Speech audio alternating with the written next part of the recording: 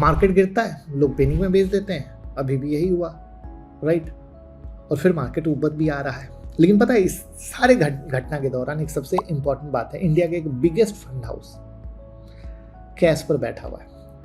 तो सवाल ये नहीं कि वो कैश पे क्यों, सवाल ये है कि क्या वो कुछ ऐसा देख रहे हैं जो हम और आप नहीं देख पा रहे हैं। तो आज जो आप सुनने वाले हो ना, वो आपकी इन्वेस्टिंग को चेंज कर सकता है, इन्वेस्टिंग की जिंदगी को चेंज कर सकता है। आज हम बात करने वाले हैं राजीव ठक्कर सर की, जिनको मैं बहुत मानता हूँ, बहुत रिस्पेक्ट करता हूँ। पराग पारिक फ्लेक्सी कैप फंड को मैनेज करते हैं। तो उन्होंने एक इंटरव्यू में बताया कि 19-20% कैश होल्ड कर रहे हैं। और क्यों कर रहे हैं? मार्केट में अपॉर्चुनिटी होने के बावजूद भी फुल इन्वेस्ट क्यों नहीं कर रहे हैं? और सबसे इंपॉर्टेंट, रिटेल वाले क्या गलती कर रहे हैं? तो पहले एक चीज़ का मिसकंसेप्शन को क्लियर कर लेते हैं। लोग सोचते हैं फंड के पास पैसा है यानी मार्केट क्रैश होने वाला है। गलत, ऐसा नहीं है। अब देखो सर का क्या कहना है, कैश रखने का मतलब ये नहीं कि मार्केट गिरने वाला है।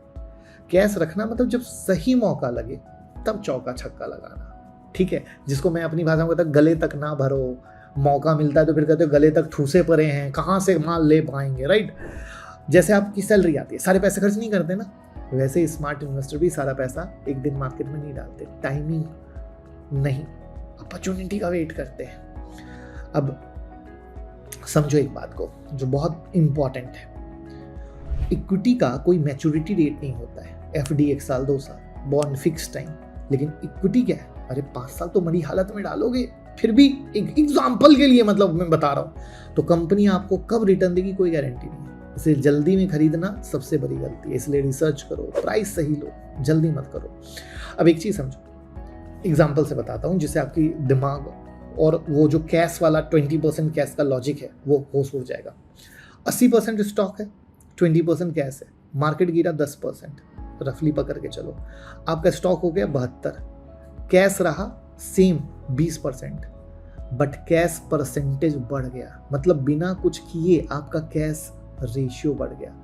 इसलिए कैश हाई का मतलब ये नहीं है कि फंड ने कुछ नहीं किया, रियलिटी है कि वो बाइंग कर रहे हैं, बस मार्केट मूवमेंट उसको मास्क कर देता है। इसको बोलते पूरी बात, हेडलाइन के पीछे नहीं जाना और पैनिक नहीं करना। जो मैं हमेशा बोलता हूँ, पूरी बात सुनो, सही तरीके से इन्वेस्ट करो। यूट्यूब मेंबरशिप में बताया ना, अप्रैल में वॉर रुकेगी, 18-20 मार्च के पास ही बता दिया था।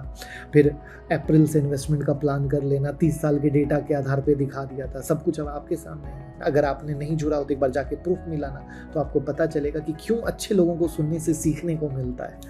तो मुझे भी जो सीखने मिलता है 21 साल की जर्नी में, वही शेयर करता हूँ। तो देखो, पता है जो बिगेस्ट लेसन है जो सर से मैंने सुना समझा कि स्मार्ट मनी क्या करता है, तो मार्केट क्रैश का वेट नहीं करता है, सेक्टर या कंपनी में डीप बाय करता है।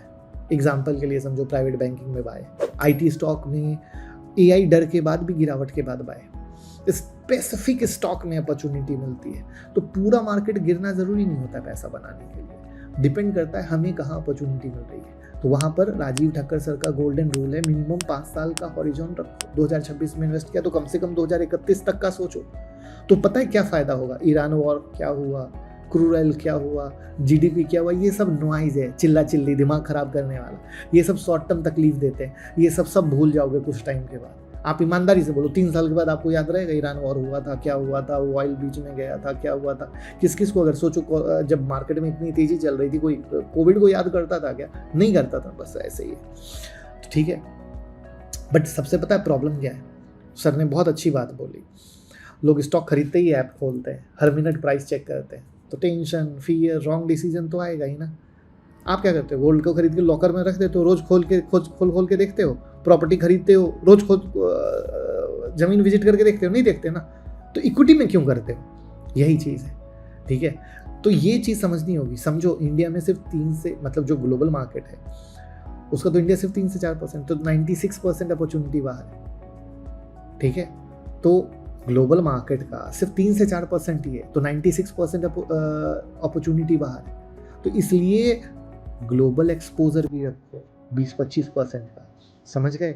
अभी जैसे देखो, यूएस मार्केट गिरा भी और रिकवर भी हुआ, तगड़ा रिकवर हुआ ना नैस्डैक। क्यों? क्योंकि सबको एआई की भूख है, तो हर बिग इन्वेस्टर का पैसा एआई में लगा हुआ है। तो दिस इज द पॉइंट, जिसको क्या बोलते हैं? अपॉर्चुनिटी बोलते हैं। अगर हमारा पैसा लगा रहे तो हमारा रिटर्न दूसरों से बढ़ेगा कि नहीं बढ़ेगा? हमारा पैसा गोल्ड में रहता, जैसे जब अभी तो साइडवेज है, फिर चलेगा, बट एक एग्जांपल ले लो, बोला रिटर्न मिलता कि नहीं, किसी को बोलते हैं अपॉर्चुनिटी। पता है प्रॉब्लम क्या होती है, एक एग्जांपल ले लो, मार्केट देता है 10 से 15% का रिटर्न, हम सोचते हैं 25-50% का रिटर्न, तो खेल खराब ही है ना। देखो Warren Buffett sir, Charlie Munger sir क्या बोलते थे, इन्वेस्टर का पता है सबसे खतरनाक इमोशन क्या है, जलन। दूसरा बंदा पैसा बना रहा है तो मैं भी वही स्टॉक खरीद लेता, रिजल्ट क्या होता है, टॉप पे एंट्री लॉस। दूसरे का प्रॉफिट देखकर एंट्री लोगे तो नुकसान की गारंटी है। कितनी अच्छी अच्छी बातें सर बता रहे हैं, पूरी पोर्टफोलियो बनाने की जर्नी अगर आप गौर करो तो इस वीडियो में आपको सीखने को मिल गई। तो अब आपको सोचना होगा क्या आप भी पैनिक में बाय करते हो, स्मार्ट मनी की तरह सोचते हो, या न्यूज़ पर रिएक्ट करते हो, या बिजनेस पर इन्वेस्ट करते हो। तो अगर इन चीज़ों को इस नज़रिए से सोचोगे कि कैसे इज गोल्ड और गोल्ड क्यों है, वो अगर आपने सीख लिया और किस तरीके से इन्वेस्टमेंट की सिर्फ 5 मिनट में जो बात मैंने बताई, अगर इसको समझ लिया तो ये आपको बहुत हेल्प करेगा। वीडियो सच्ची और अच्छी लगी हो तो शेयर कीजिएगा। Thank you.